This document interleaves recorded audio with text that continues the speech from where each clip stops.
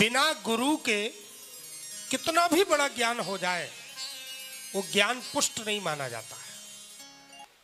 बिना गुरु के कितना भी बड़ी जीवन में भक्ति साधना हो जाए वो परिपक्व नहीं मानी जाती, ऐसा शास्त्र कथन कहते हैं।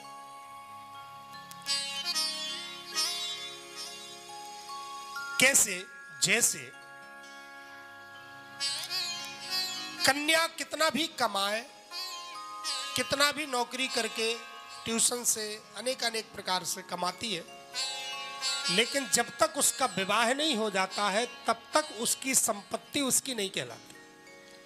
भाई ले लेगा, पिता ले लेगा, कोई उसका कुछ अपना खुद का नहीं। जिस मकान में भी रहती वो खुद का भी नहीं कहलाता। लेकिन जिस दिन से विवाह हो जाता है और जिस पति के साथ विवाह होता है, एक दिन में ही उसकी सारी संपत्ति की अधिकारिणी हो जाती। खुद की कमाई तो उसकी होती ही है, यहां तक कि पति की भी प्रॉपर्टी उसको एक दिन में प्राप्त हो जाती, संपूर्ण प्रॉपर्टी। उसके धन पर अधिकार हो जाता, उसके सम्मान पर अधिकार हो जाता, उसके शरीर पर अधिकार हो जाता, उसकी रक्षा पर अधिकार हो जाता है। ऐसे ही इस जीवात्मा का संबंध जब परमात्मा से होता है गुरु के माध्यम से, विवाह कराने का अधिकार, पति देने का अधिकार किसका है? पिता का।